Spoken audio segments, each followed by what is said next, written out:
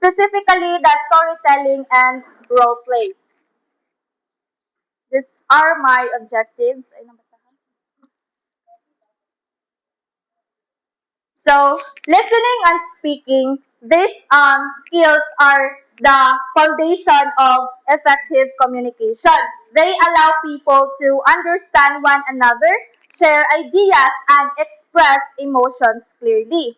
In language learning, di ba nag-discuss na ta, language learning, listening and speaking, it helps students to become confident in um, in communication, like confident communicators inside and outside the classrooms.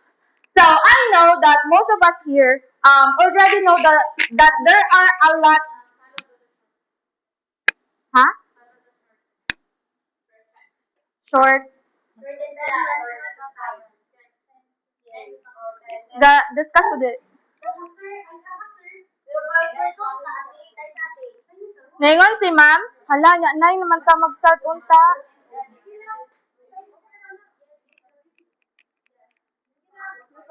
So, we all know, sige na, paminaw na mo. We all know that there are a lot of techniques that the teachers can use when it comes to teaching, di ba? Dagan kayo tang nahibalan ng mga techniques nga gamiton sa mga maestra kung magtudlo sila. But, ang storytelling ug ang role play must nag-stand out siya. Why? Kenlen? Nganong mas nag-stand out ang storytelling ug role play nga technique? Yes. Because students are more engaged, students want more engaging or interactive play. So, one of the ways the story is telling the play, most of it happen critical thinking, engagement sa Yes, you're correct. So it's because communication work both ways. The storytelling and the role play, these are interactive, as what Kanlan said, interactive and engaging ways to practice real communications. Ang storytelling, it develops students' imagination, comprehension, and vocabulary. While sa role play, it helps learners to respond quickly in real life situations. So, I have a question. Why is it important to be both good listener and good speaker? Why is it important to be both good listener and good speaker? Vera Grace? It is important to have a both To be both good listener and good speaker. yes, because that is important because to have or the main goal is to have a better communication to each other because when you listen, you understand, and also you will listen to your yung mga ka-istorya, yung mga classmates ba or yung mga the people around you, and that is one way of communication which is kanang minaw kausa niya, and that is usa siya nga steps to have a better communication. Yes, you're correct, Very Grace. Thank you so much. So, as what I've said a while ago, being a good, yes, Trexie? Nakay Kamera mo na. Sige, Trexie? Why is it important to be good, both good listener and good speaker? Being a good listener and speaker is one of the elements to become an effective communicator. So, with you as a person who can listen to your person that you are talking to, you can understand what she really wanted you to know or to inform you, and then you can respond it in appropriate way or in a way na kung sa dapat ang iyang punto sa iyang dapat isulti nito. So, in that way, mas effective ang inyong communication and mas better siya, and then mas one word ka lang makabuild ko ka better relationship to other people. Yes, thank you so much, Trexie. Correct, imong tubag. So, as they answer, it says that So it is important to be a good listener and a good speaker. It's because communication works both ways. Being a good listener helps the students, so as what Vera Gray said, to understand what others mean, show respect, and also to respond appropriately. While being a good speaker, on the other hand, this allows the learners to express their own thoughts and feelings so that others kanang ilang katok makasabot pud sa ilaha. So, let's first talk about storytelling. What is storytelling? What is storytelling? Nizel, what is storytelling? Story is about story of a fairy tale which you can tell to your students or share to your students. Yes, pwede. Any other answer? Marilu? The word is itself storytelling. It's all about having a short story or a story that you as a teacher or you as a person wanted to tell or to share it with your either students or people around you. Yes, you're correct. So, storytelling, it is the art of telling a story. It's either real siya or imagined to engage your listeners. So, it will develop their empathy as they are going to imagine and listen sa story.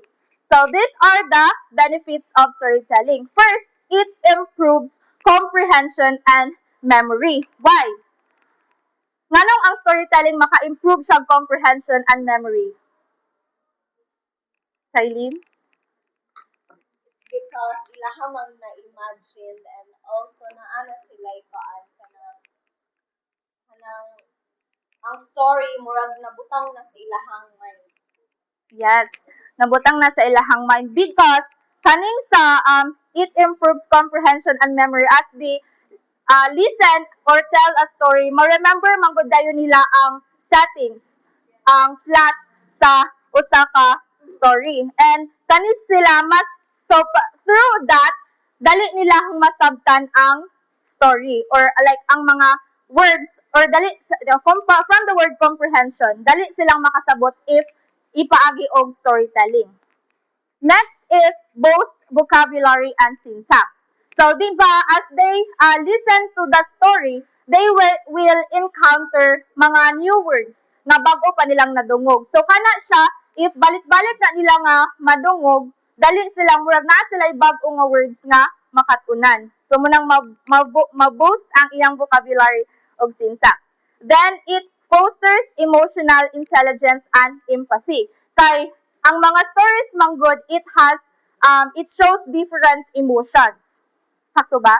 It shows different emotions, cultures, and experiences. So, kana na sila gihapoy ma-learn, ana. For example, if kanang naa sila usa na sa story nga ilang nadungog is ang usa ka bata wala tagaig food sa mga classmates. So makakuan sila, develop sila empathy kay hala dapat tagaan akong food ang classmate nako nga walay food para dili siya ma sad ing anak.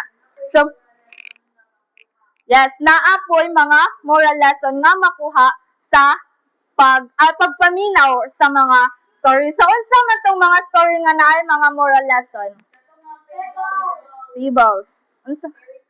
Fairy tales, mga folk tales, fantasy. Yes. So, daghan kayo tang mga story nga pwede maka-engage sa ato ang mga students puhon. So, there are 5 types of storytelling. First is personal storytelling. What do you mean by personal storytelling? Shane? Personal storytelling is just like commercial biography, but in a way that you narrate it in your own way, tapos imo ako kaugalingon nga story. Yes, correct. So, personal storytelling, from the word personal, your own story, sharing real-life experiences or memories. Pwede sa imong classmates, pwede sa imong friends, ana, or sa imong teachers, or sa imong parents. Ingana ang personal storytelling. So, nasabtan na ng personal storytelling? Now let's have creative or imaginative storytelling. Christine? From the word imaginative, the story that is commercial of fiction. Yes, fiction. So, pasabot is just from your mind or na-imagine ra siya nimo, that's why you create that story. So, ang kinsay nakabasag Wattpad. So, muna sa some of the some okay, so daghan na yung tagabasag Wattpad. So, some of the authors gani sa kanang mga Wattpad kay imagination ra gud nila ang ilaha nga mga gipanghimo. Pero napoy uban nga true story pero mostly kay from their imagination ra gud. So that is inventing original stories using your imagination. Muna siya creative or imaginative storytelling.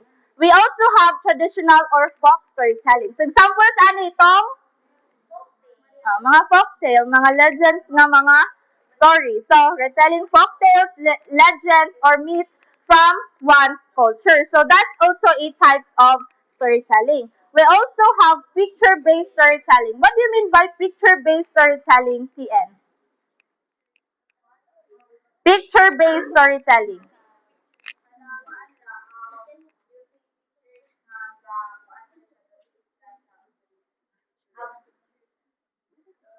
Shaina, thank you, Rinalyn. Picture-based storytelling in my opinion, kuan siya, you're showing a big picture and you're going to ask the student what they kuan sana observe or um, what they can see in that picture. That Yes. shows. Shelnat, nakaidugang. Thank you, Shaina. So, big book is one large enough like a picture the night of size about an scenario or the scene that also use a picture you're narrating what is happening in the character. Yes, thank you so much, Rika. So, kaning picture-based storytelling, you are going to use images or story cards or comics to tell or retell a story. So, while nag-show kag pictures, nagkuan ka, pinaagi sa picture na imo ang gi-show, you are also telling a story. Wala kay gibasa diri sa kuan picture, pure picture agud siya. Pero ikaw, ga-retell kag story, pero ga-use kag picture. Pero walay nakasulat nga kuan diri sa picture. So, nag-base lang ang picture lang. For example, if ang picture is a girl with a tiara and then naay big pala sa kuan sa iyang likod. So, dinhamongon ka nga, there was a girl named Alona wearing a tiara then living in a big castle. So, hanan siya, murag, no, ana, if naa kay picture nga gi-show sa imuha nga mga students, mura sila makayon halawaw, din mas makuha pa nimo ang ilaha nga attention kay naa sila picture nga makita. So, nasabtan ra questions. May questions?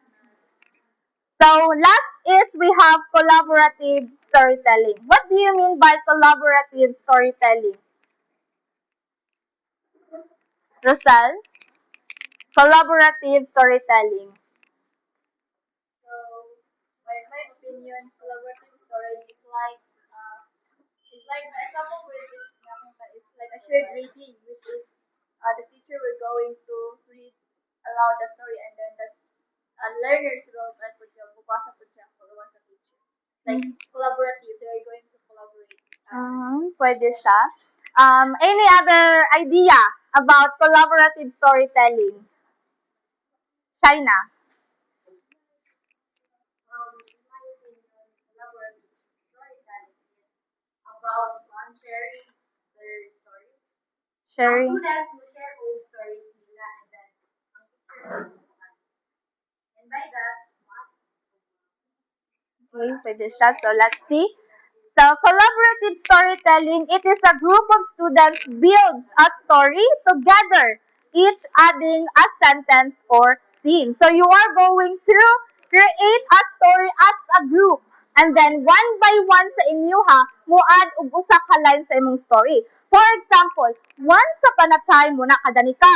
Once upon a time, and then, next is si Regina pod, miingon na po dito si Regine, nga once upon a time, there was a girl named Sarah. And then si Silena pod. Muna siya collaborative storytelling. Nasabtan ra? Questions. So I have a question. Why do you think storytelling improves understanding and memory? Why do you think storytelling improves understanding and memory? Kanlan?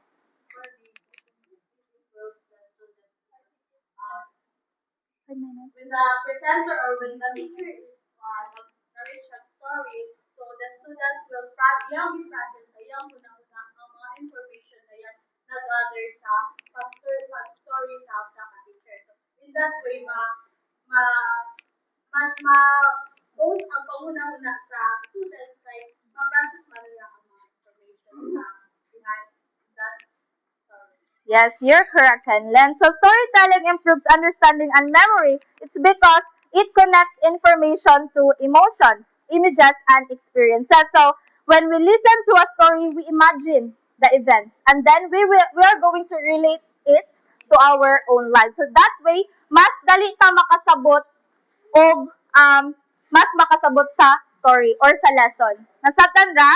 Questions? Let's proceed to role play. What is role play? Role play. Eugene? For me, role play is the teacher will give a kanang scenario or even ang students put mo make of scenario and they will act out what is the given scenario all about and also kanang by doing that role play it helps us to kanang solve the problem or kanang it helps us to know what is the situation or the story all about. Yes, thank you, Regine. So, kaning role play, it is also one of the technique wherein the students will act out scenarios, as what Regine said. So, there are 6 types of role play. First, we have scripted role play. So, from the word scripted, not a script. Nabot tayo script nga sundon para i-act out ang kuan. Ana, so students follow a written script provided by the teacher. Next, we have semi-scripted role play. Students receive a situation and key expressions but create their own dialogue. So, tagaan ra sila ni teacher og situations. Pero kamo na mismo mo'y mag-create og dialogue kung unsa inyong isulti. Nagats ra? We also have unscripted or improvisational role play. So students act freely based on a scenario with no script at all. So na scenario like kuan in the hospital. Then kamo na unsay kinsay doctor, kinsay nurse, then unsay inyong nga dialogue. Yes. Now another is we have realistic situational role play. Simulates everyday situations or real life tasks.